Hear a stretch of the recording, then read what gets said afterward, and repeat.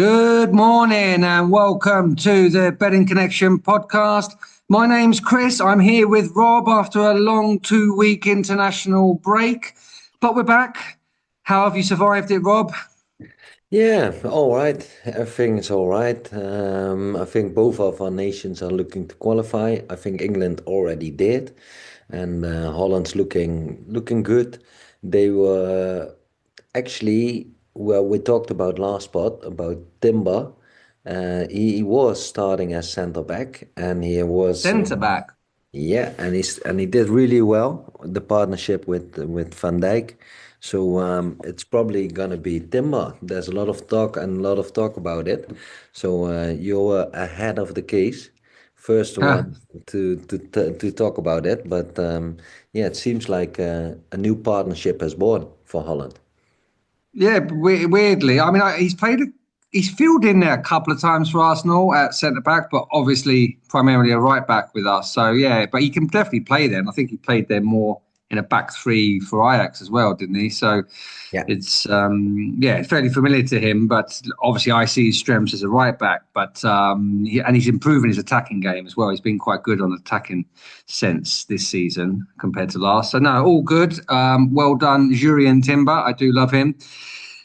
Going back then for those long 2 weeks, I was talking about to our last pod that we recorded. It was a winning podcast, I'd like to announce. So we got into profit again, and that makes us 7 recorded pods this season and 5 winners. Woo! Well Five done, well winners. done. And you know what did it for us this week, last week, whatever you want to call it? I know. The Student Acca.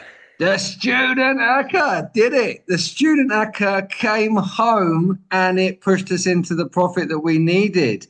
My value picks were a little bit off. That was 2 consecutive weeks, a little bit where, to be honest, I've needed a bit of correction. I got off to too good a start. It wasn't possible to maintain the standard I was producing those first 5 weeks. So yeah, my personal value picks have just corrected a little bit.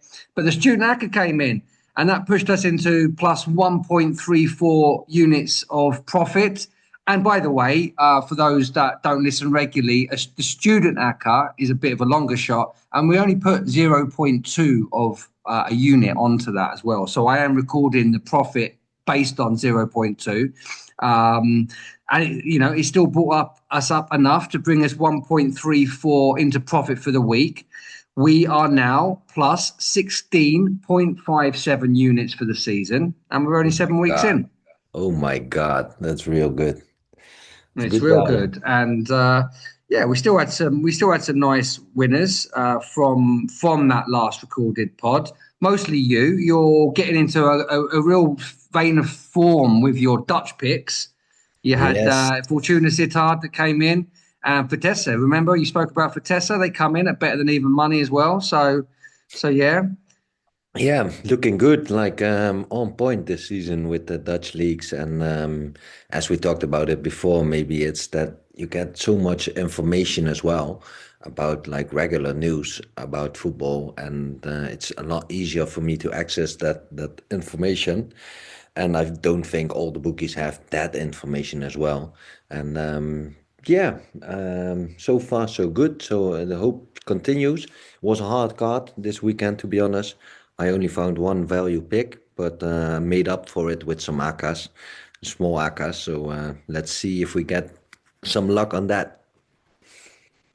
Yeah, and just for on that Eredivisie picking that you've been doing, it was a little bit. We didn't get off to the best start, and then now we're actually. Well, I say we. Most of those picks are from you. I think I've had one or so, but we're 77% victory rate on our Eredivisie pick so far this season. So bravo.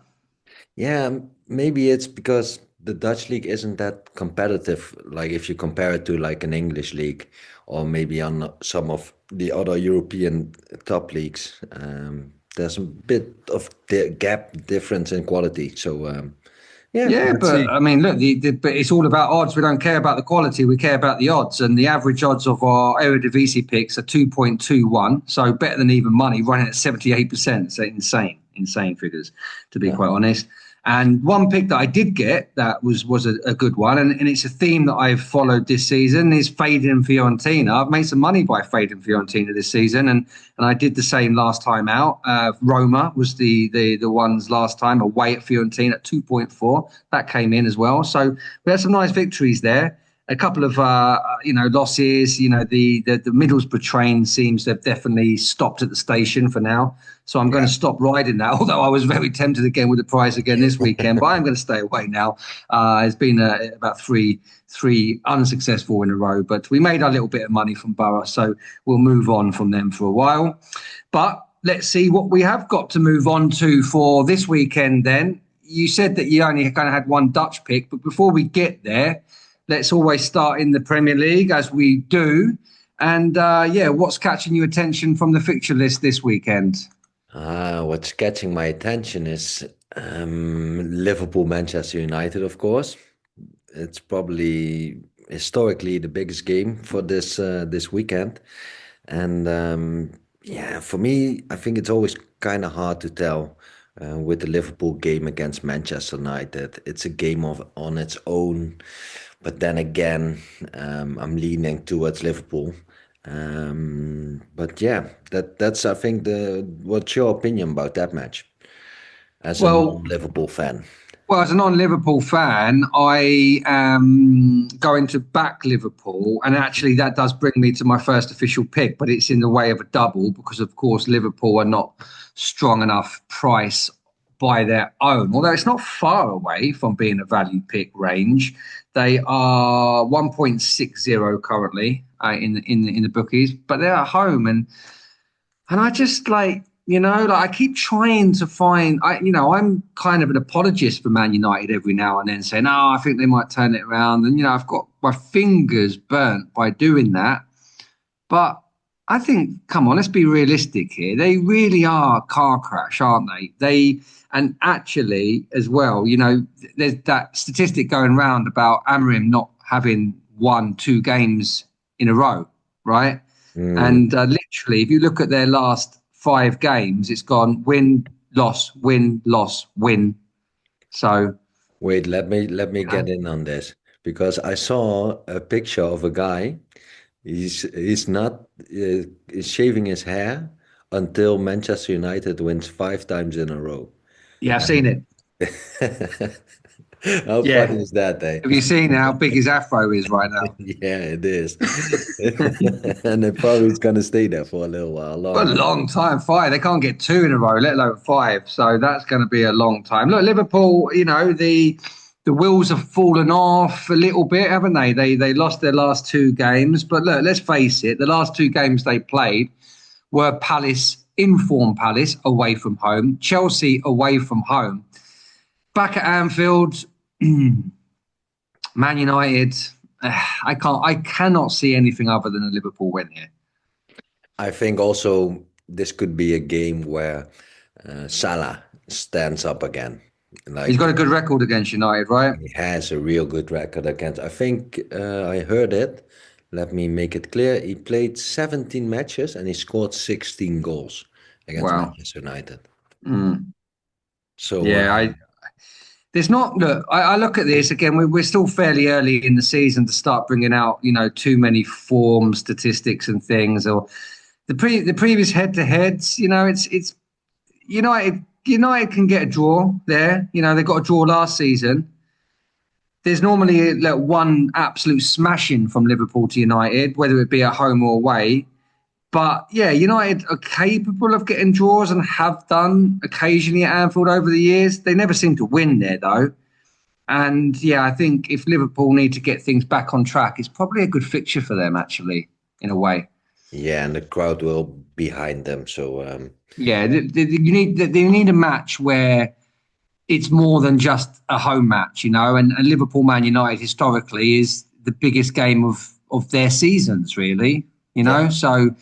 So I think it's one that Liverpool need, actually, I would say, and because they need the fans up for it, other than it just being a home game. They're not, they've had a couple of bad results. So I think that, they're going to get what they want. What time is it? It's kind of the afternoon, evening game as well, isn't it? So, all day Sunday in the pub. Yeah, I can't see anything but a Liverpool win, and I am going to double it up with Man City. Man City are home to Everton. Everton have been in decent form. They've only lost one of the last six, which was away at Liverpool, which is no disgrace. And yeah, I think they're going to have a decent enough season. Grealish looks in good form. He's obviously got a point to prove here at Man City. But I Yeah. just can't stop looking at the freak up front right now and thinking this guy is just terrorizing right now. And I don't see it being any different this weekend. Who do you mean? The big, the big lump up front, there's Man, the only one of those Viking. freaks, and it's The outrageous, Viking right? goal scorer. Unbelievable. What a striker, right? Like in these days, like you don't have a lot of like those real strikers to be honest. Although Gyökeres is like a typical striker as well. Like, but he's a mean beast, man. He has everything. He has strength, he got speed, he's a killer instinct. So yeah, probably gonna be another goal from Haaland. And I do really like that pick of Manchester City, and I'm backing them as well this weekend. I'm actually combining them together with your team, Arsenal, away Mm. from home. So hang on a minute. We've both gone Man City in a double, and we've Yeah. both gone for each other's teams as the double companion.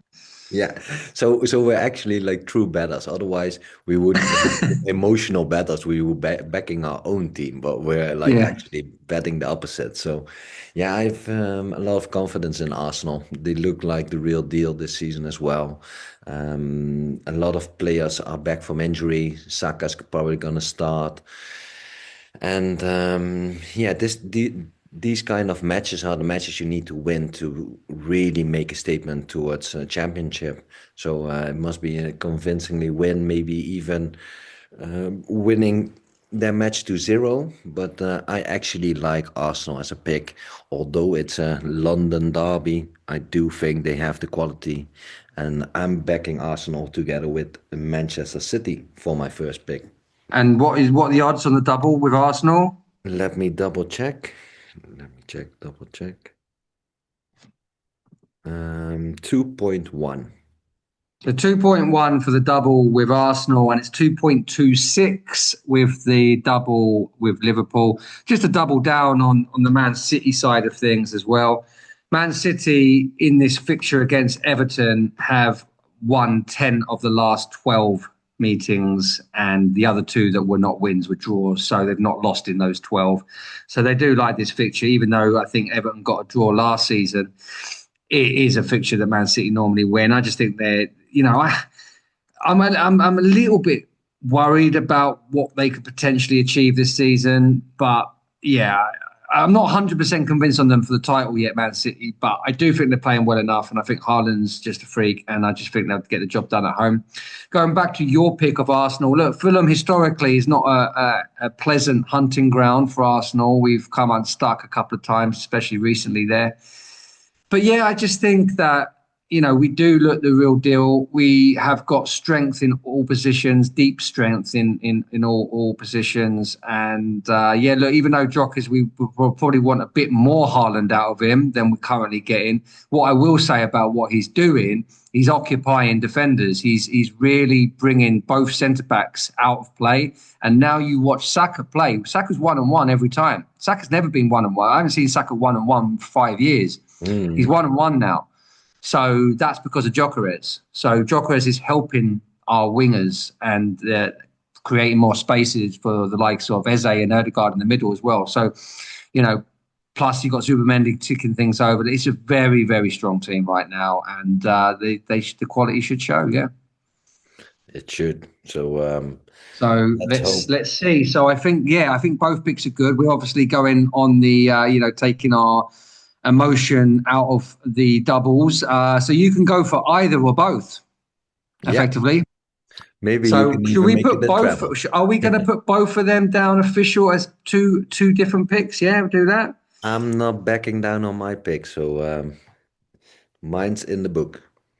Yours in the book, mine's in the book. So we're just going to put them both down. So we're really relying on Man City here. It'd be very surprising if, if Man City win, it would be very surprising if both bets were not to win. Like it'd be difficult to see Man City win, but both Arsenal and Liverpool didn't win. I can't really see that being an option. Yeah, true. So even if one of them win, then you're going to make a slight bit of profit. But I really do expect all three teams to win. Same here. Okay. Anything else that caught your eye in the Premier League? I have got one value pick, single. Did you not find one? No, enlighten us. I'm going Chelsea. Not a bad shout. I like that shout. I'm going Chelsea. 1.95 away at Forest. And look, I'm not going to go into any real rationale other than Big Ange is the worst manager ever to manage in the Premier League. I'm just putting it out there. He is, and Forest fans are already disgusted, want him out. I think everybody has forgotten the fact that his trophies that he talks about, one was with Celtic, and I keep saying that me and you could manage Celtic and win trophies. Tottenham trophy last season, yeah, he can dine on that for the rest of his life, and he will do. Tottenham fans will dine on it for the rest of their life, and they will do.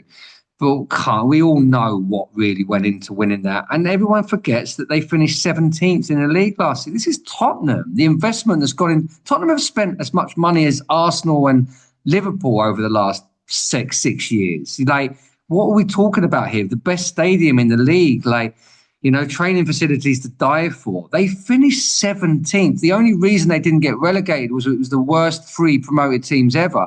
The three promoted teams that have come up this year are doing way better. If that was last year, Tottenham would have been in a real relegation scrap. This is a terrible manager. No idea. Like, literally no idea. Chelsea at nearly even money for me is a steal. It's not guaranteed like any bet, but I think Chelsea will win. I think Ange will be one more game away from the sack. Okay, that's a statement.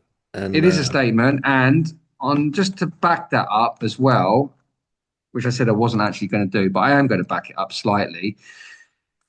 Forest were a very good team at home last season, were they not? Yeah, they were. Chelsea are better this season than last season, are they not? Yes, they were. Oh, Chelsea still got a win there last season. Yeah. So the fact that they got a win there last season, they actually got a win there the season before. So they've won the last two matches at the City ground. So they like going there as well. And I just think they're a better team. Forest are a worse team, worst manager ever. Yeah, 1.95, having it. Okay, let's go the Blues. Well, yeah, I don't ever want to say those words, but yeah, I get your sentiment. Okay. Yeah, there's one other interesting match, I think, for the weekend. That's Tottenham Villa, but I'm not touching that with a barge pole. Nah, it's a tough. I have a small lean maybe towards Bournemouth because the Crystal Palace. There's a lot of talking about the rumor about the coach leaving, and there's a lot of interest in him. And not sure, but took a proper look at it. But small lean, but staying away from Villa and also from that other matches. Yeah, I've got a lean as well, and that's Sunderland at home to Wolves. Yeah, I do have a little lean there. I think Sunderland at 2.4 is a good price. I think they've done amazingly well this season. I kind of predicted they might do okay at the start in our pre-season pod. Wolves don't look great on paper. I think I mentioned last time out, though, their underlying stats are a little bit better than their results suggest. So I'm still a little bit cautious of fading Wolves because I think that their form might turn. And you just never really know. You can't really trust a promoted team to just keep on banging wins out, So, no, I'm going to stay away, but I'm definitely leaning towards Sunderland at 2.4. Okay, I think that's everything for the Premier League, and I've not got any picks in the lower divisions at the moment. It's gone back to normality. It's random as hell. If you look at all you need to do is look at the league tables in the lower English divisions to know how random the results are. There's like in every single league, there's about 2 points that separate about 10 teams. at the top. It's ridiculous. Like when you see it like that, there's just no obvious form anywhere. So it's very, very tough. So I'm going to stay away for a little while until that plays out a little bit with more stats and form. So I'm going to stay away from the lower English for a couple of weeks at least. So let's move on to the Netherlands. And you said you had a pick. Is that the Eredivisie you were talking about? I have a treble in Holland. A I have treble. a value pick in Germany, but we'll come to that later. That's what I mentioned earlier on the pod. But for in Holland, it's also slim pickings this weekend, to be honest. You have a big game, Ajax against AZ. I'm not touching Ajax in any way of sense. I think I saw the price, it was 1.95 for Ajax win, but they can't be trusted. The coach is like the board of Ajax is already telling to the media, okay, we're keeping the trust in Heitinga. And normally that means that you're going to be out in a couple of weeks if you don't get better results. But there's not a lot of confidence in him, in Holland at least. So I'm staying away from that match. I'm just picking three teams that I think are going to win their matches. It's going to be PSV Eindhoven against Go Ahead Eagles. We talked about it before, but at home, PSV needs a win. I'm going to combine it with Feyenoord. They're playing away at home on Sunday against Heracles. Heracles is standing in last position of the Eredivisie. Feyenoord in first. What do I need to say more? Maybe that Ueda, the spitch of the striker of Feyenoord, scored a couple of goals against Brazil. I think the first Wow. time ever Japan beat Brazil, and Ueda is scoring, and he's scoring a lot of goals for Feyenoord this season. He's unbelievable, 27-year-old, but yeah, he's getting the job done. And the last team I'm gonna pair this up with is a Friday night. It's tonight. It's in the first division, and it's ADO Den Haag.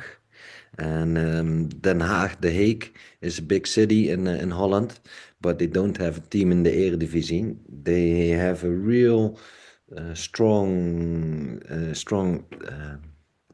audience as well.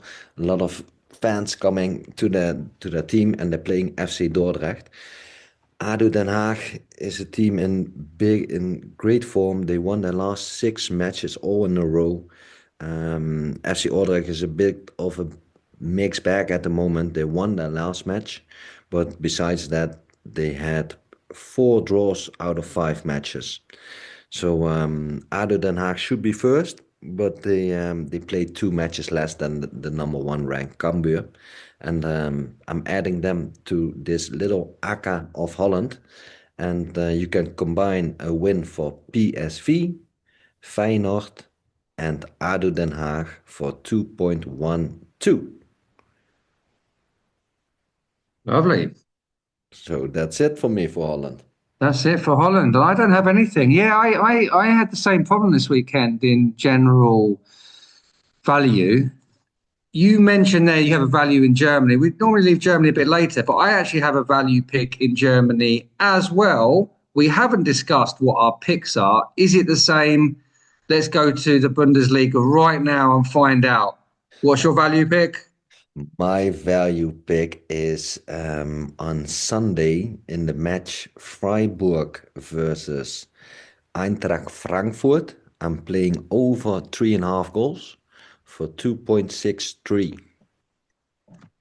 That's my pick. 2.63. That what is not. I was expecting you there to say your value was the same as mine, but it wasn't. So 2.63, and that was over 3.5 goals, you say? Yes, over 3.5 goals. And we talked What makes about you it. so confident on that one? Yeah, if you look at the previous meetings between each teams, it's 3-1, 4-1, 3-3, 5-2, 0-0, and 2-1. And Hmm. if you look at the last matches, Freiburg did had a 0-0 draw against Borussia Mönchengladbach, but before that they have both teams to score in three out of three, a lot of goals as well, and not even to mention Eintracht Frankfurt. This team is insane if you look at their previous results as well this season. I think the average this season I heard was over 5 goals. And Wow. yeah, let me check the results. Um, they had a 3-0 loss against Bayern. They didn't score there, but normally, yeah, that's fair enough. Like Bayern, it's Bayern. Against Atletico, 5-1 loss. Against Mönchengladbach, 4-6.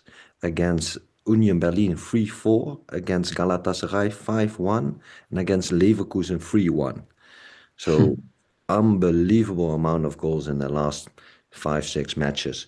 So I think the price is a bit up because of the draw, 0-0 draw of Freiburg and the 3-0 loss against Bayern. But I believe it's gonna start again on Sunday with a goal fest over 3.5 goals. It's I think it's a very good bet for this weekend. I'm gonna back you up even more with a further nerdy couple of nerdy stats. Yeah, Okay, love that. Love and that. these are quite, again, it's not a load of uh, history for this season because we're not that much into the season. But Freiburg at home, both teams have scored in all three matches.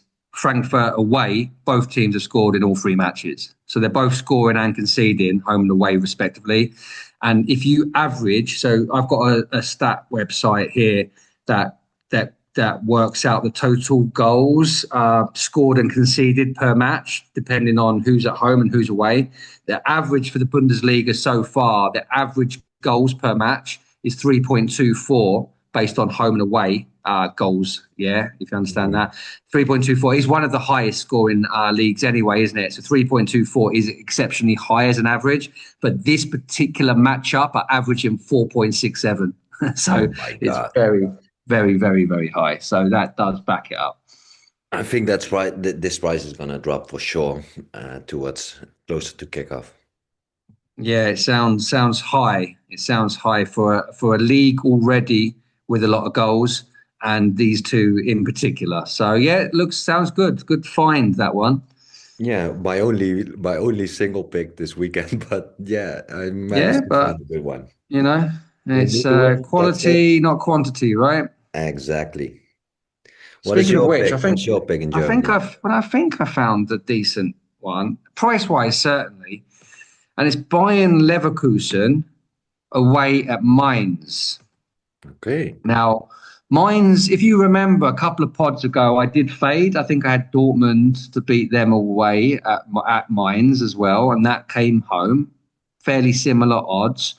And I'm going to do it again because Mainz haven't been good this season. They've picked up 4 points from their opening six matches. Strangely, the points that they've picked up have actually been away from home. They've lost all of their matches, all three matches at home, they've lost. And Leverkusen, on the other hand, have played two away, unbeaten. And yeah, they're actually in decent form. They've won their last two matches. They beat Union Berlin last time out. They won at St. Pauli the week before. They've also beat Eintracht Frankfurt convincingly recently.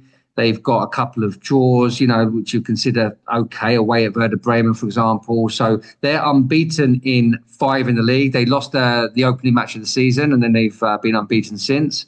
And yeah, I think they're coming into form. And Mainz is a team I've got my eyes on for fading at the moment. So that is definitely a team in the game that I like the look of.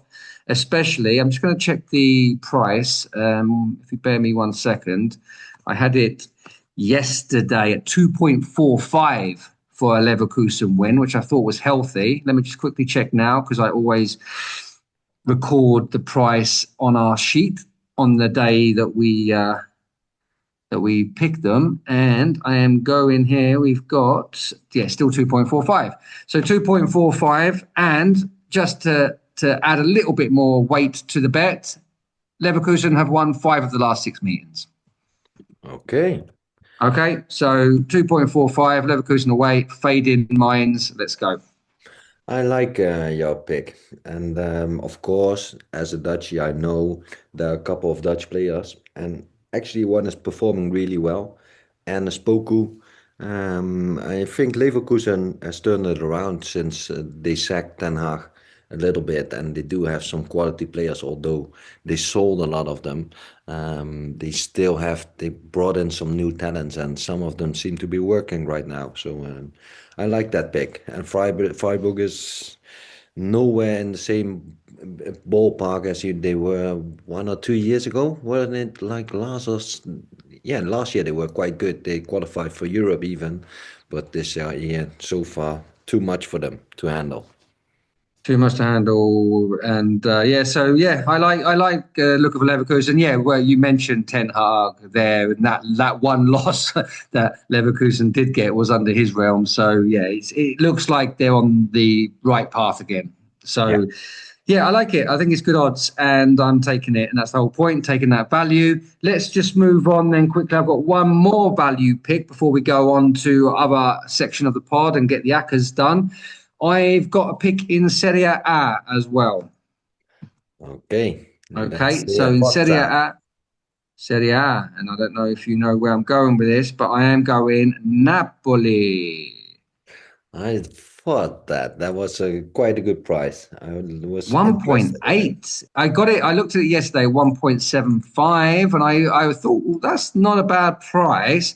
And I've seen it today at 1.8, and now I'm definitely convinced. Okay, so Napoli, again, it's very much just riding the train. I mean, when you've got a team top of the league, they've won 5 out of their 6 matches. You've got to be interested in them. So who are they playing? They're away at Torino.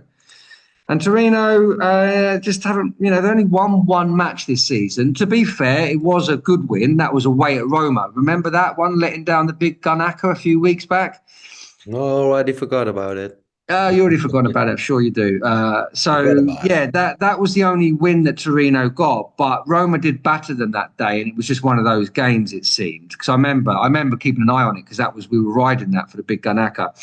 And other than that, they've been pretty poor. They did get, again, it's not a bad result, I suppose, away at Lazio last time out, 3-3. But, the home matches especially been poor. They got humped last time they played at home, Atalanta 3-0. They drew 0-0 at home to Fiorentina. Anyone that's listening knows that I've been fading Fiorentina this season, so I don't actually see that as a good result. And Napoli, on the other hand, have dispatched Fiorentina away, have dispatched Sassuolo, how do you say that team? Sassuolo. Sassuolo. Sassuolo. Sassuolo. They done what? Battered. They dispatched them 2-0. They did lose away at AC Milan. Their last time away, their last away trip was a loss to AC Milan. But they recovered. They got back on track with a win to Genoa last time out. Just got to back the team that have won 5 out of 6 against a team that have lost half of their matches and only won once. So I'm going Napoli at 1.8. Napoli, Forza Napoli. Forza Napoli. And Napoli have only won, by the way, one of their last 12 meetings against Napoli. Napoli have won 8 of those 12 meetings. So, in fact, four of the last 5 matches at Torino have been wins for Napoli as well. So they've got a good head-to-head. One thing I'll say about all my picks this week, they've all had good head-to-head records, especially. So, yeah, they've won a lot. They've won, like I say, 8 out of the last 12 meetings, 7 of the last 9, if you want to bring it in a little bit, more sooner than that, and 4 of the last 5 away. So, yeah, a lot of good historical data there, as well as the form team. So, yeah, got to take those odds.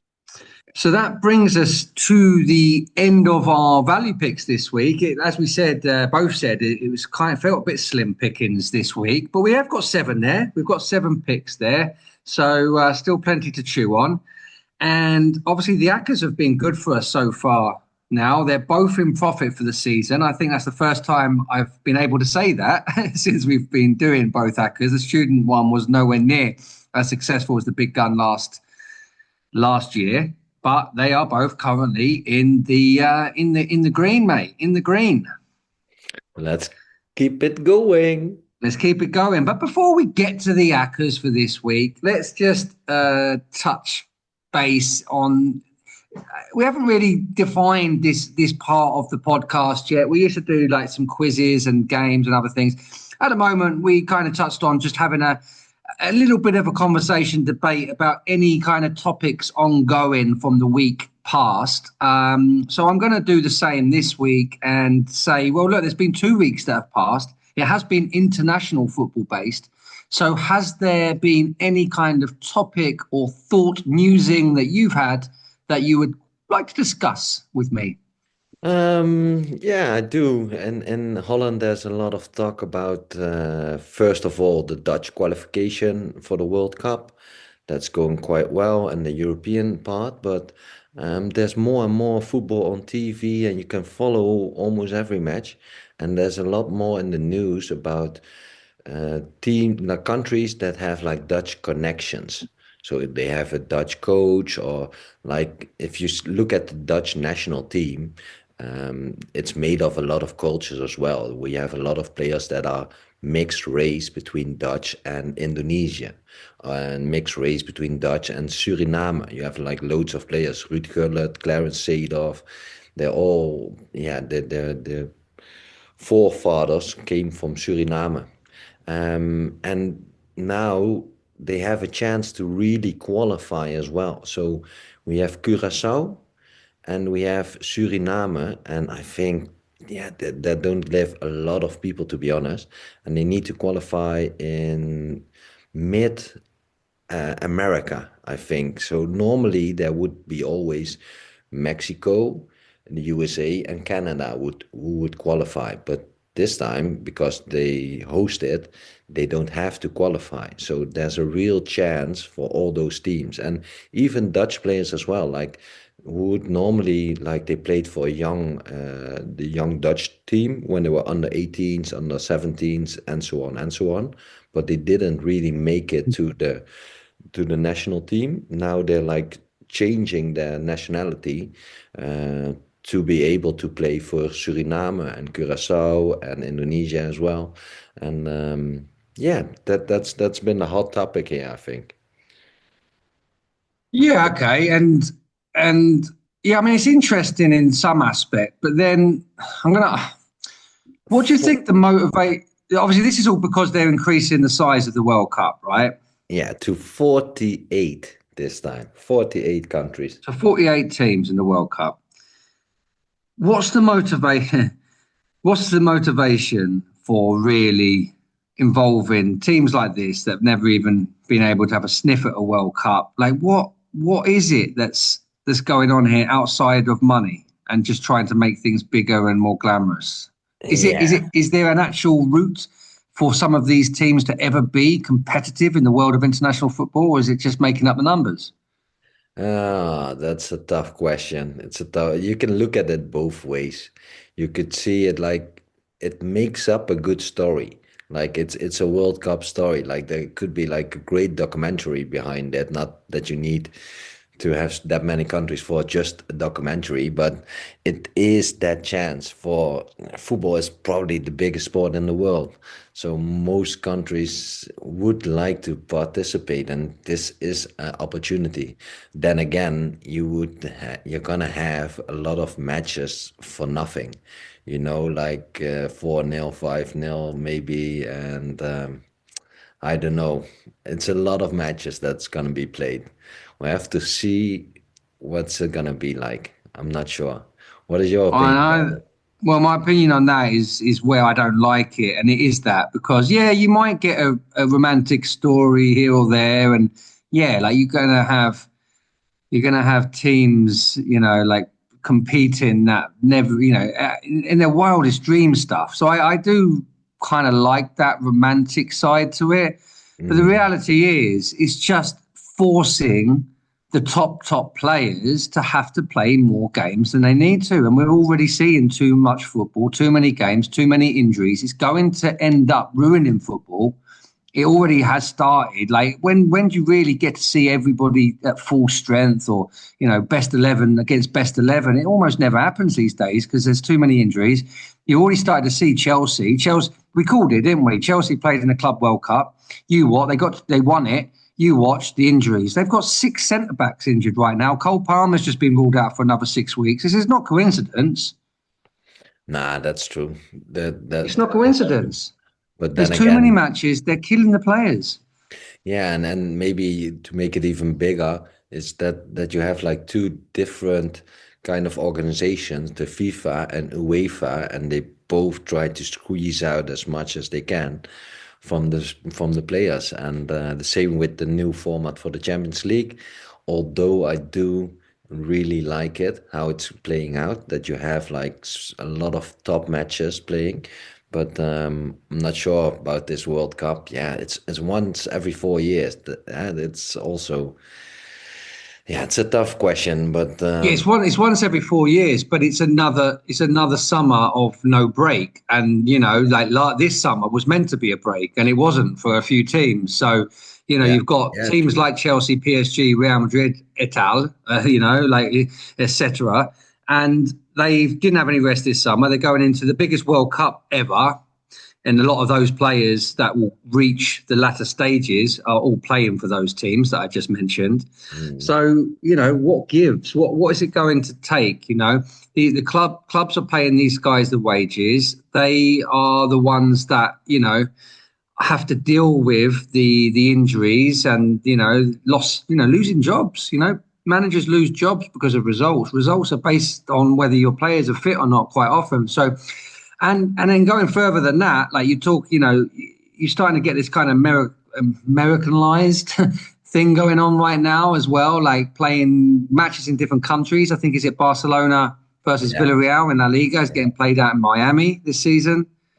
Like, I worry about the future of football, but I think conversation for another day. Yeah, I think the countries is it's a lot, but then again, when you brought up the Barcelona Villarreal match, yeah, that's I can't believe that it's gonna happen. Like if you have that kind of match as a Super Cup or whatever, then okay, you could find a way to squeeze that in. But this is, yeah, it's not fair even to all the other teams as well, because I think it's an away match for Barcelona, but for sure, definitely when they're playing in Miami, there's gonna be loads and loads and loads of fans on supporting Barcelona. Oh, So it's obviously. probably gonna feel like a home match, and that's not truly fair competition because Villarreal is quite a tough game away from home. Um, Exactly. So Barcelona got away with one there, I think. And anyway, like, but they do the same in the NFL. So obviously they do the international series in the NFL, and there is a team that is meant to be playing away. So it's a definite disadvantage to the home team who would yeah, normally have the home advantage, and they're not having one. But it just and look, I understand why La Liga are doing it because the quality and global, I suppose the eyes that are watching La Liga are going down and down and down. It's just not very competitive league. But that La Liga deserve that because they're the ones that, decided to only pay all the TV money to the top three teams and forget about the rest. So they created an uncompetitive league. So what do they want? Now they're trying to rectify it, trying to globalize it a little bit to get eyes back on the league. But, it's their own doing, really. So I've yeah, not and got a the lot of sympathy for that. broader things as well. If you look at the financial state of Barcelona and Real Madrid, although Real Madrid is on the better hand, I guess, but Barcelona is allowed to have like a debt of $1 billion. Like in Holland, you have to have money in the bank, otherwise you can't go on. And in Barcelona, you're in Spain, you're able to have 1 billion in debt and just like sign off on future fees that you're probably maybe gonna get for I don't know whatever they're selling for a couple million. But yeah, strange world in that way. Strange world. And I just, like I say, I worry about football in general. Just, with what you're talking about with the World Cup, too many matches and this whole kind of, I can imagine that, the Champions League final is going to be a spectacle like the Super Bowl very soon. It already kind of getting there, isn't it? And I just, I worry a little bit. I worry a little bit. Too many games, like just, forgetting the enjoyment of what football is really. And football is about going to a match with your friends and or family and just the passion behind it. And I worry about that's going to get lost somewhere along the lines. Too many games as well. Like we all love to see football, but if it's there in your face all the time, you're going to just have that natural loss of, that kind of Interest, yeah. excitement. Little by little, it might just drip out. Yeah, but then again, as I see you as a fan for Arsenal, how much you like it and how much time you put into watching that game as well, every match on, I think that's never gonna leave you. So, No, I don't. Yeah, and you're you're bringing probably up right. your, But yeah, I think it's an English culture thing as well. Uh, Definitely, if I compare it to Dutch, like in Holland, the three top teams were so much ahead. So everyone has adopted Ajax, PSV, or Feyenoord. It's not really sticking to your hometown team because, yeah, most of the towns don't have teams or playing competitive football, and yeah, that's what I do envy the English for having such a culture about being a fan of a being loyal fan of a team. yeah, yeah, no, we do. But and I'm sure it will never disappear. But Yeah, yeah, there's some worrying signs there, just generally about the state of football. But look, it is what it is. More games, more opportunities to bet as well. So there's always a positive, even behind my own negative. So exactly. moving on and finalising with the Accas, Rob. What have you got for the Big Gun Acca? Okay, the Big Gun Acca is a six-fold this time for 5.73, and it consists of AC Milan, PSV, Feyenoord, Manchester City, Barcelona, and Olympique Marseille. Sixfold, five teams at home, 5.73. 5.73. Lovely. Right, there's one Probably, team that, yeah, AC sorry, Milan must be in your Student Acca.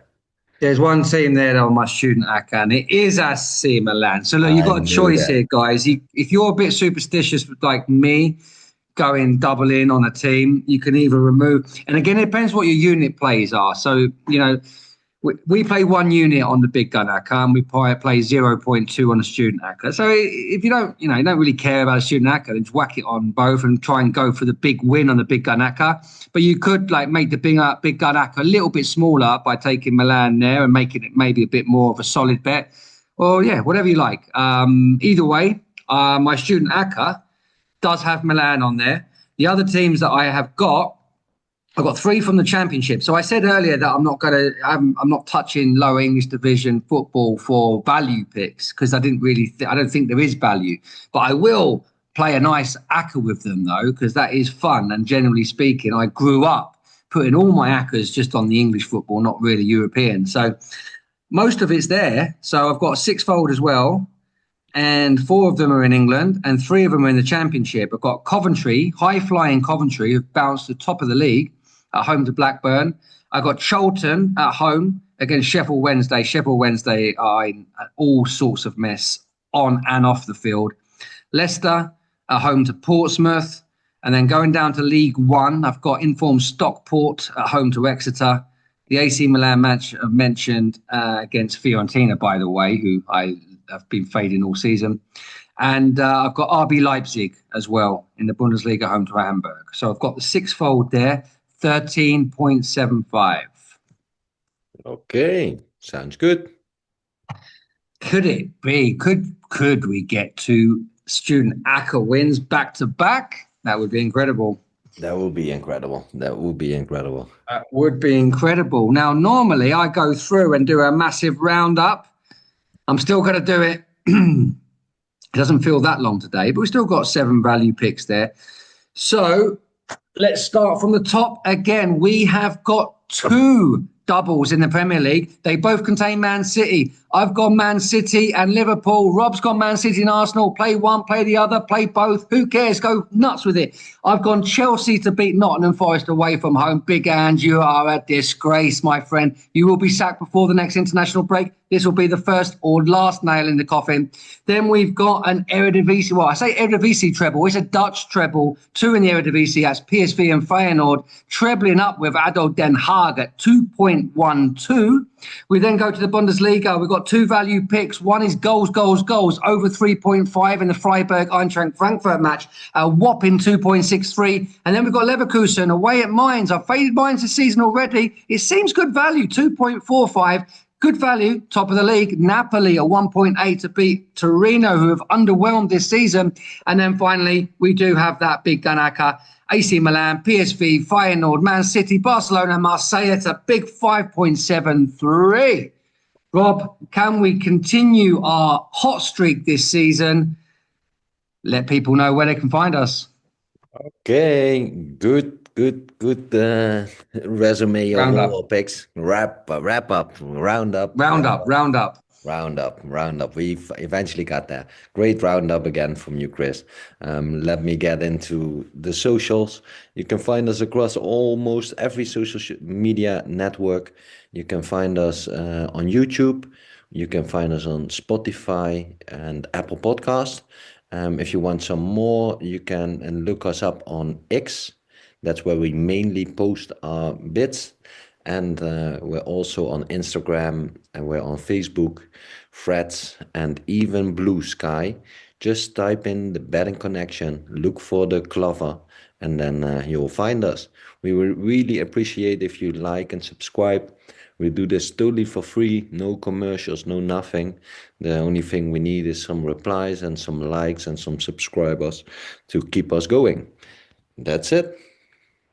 Well, Rob, I don't think I could have said any of that any better. So I don't think there's anything more to add other than the fact of have an amazing weekend, be lucky. Thank God that we're back to domestic football, and we will see you next week. Ciao for now. Happy bettings.